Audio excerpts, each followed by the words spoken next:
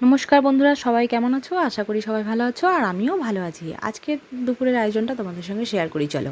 তো আজকে দুপুরে রান্না করছি খিচুড়ি, বেগুন ভাজা আর পাঁপড় ভাজা। চলো বন্ধুরা, খিচুড়িটা কীভাবে রান্না করছি তোমাদের সঙ্গে সেটাই শেয়ার করি চলো।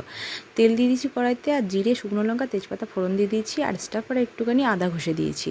আর এদিকে হচ্ছে ডালটা আমি ভেজে নিয়েছি, আর এদিকে ডাল চাল একসাথে ভালো করে ধুয়ে নিয়েছি। গোবিন্দভোগ চাল আর মুগ ডাল নিয়ে ভালো করে তেলের মধ্যে নাড়াচাড়া করেছি, নুন হলুদ দিয়েছি। বেশ কিছুক্ষণ নাড়াচাড়া করার পরে আমি জল দিয়ে দিয়েছি। দেখো বন্ধুরা, রান্নাটা প্রায় কমপ্লিট হয়ে এসছে।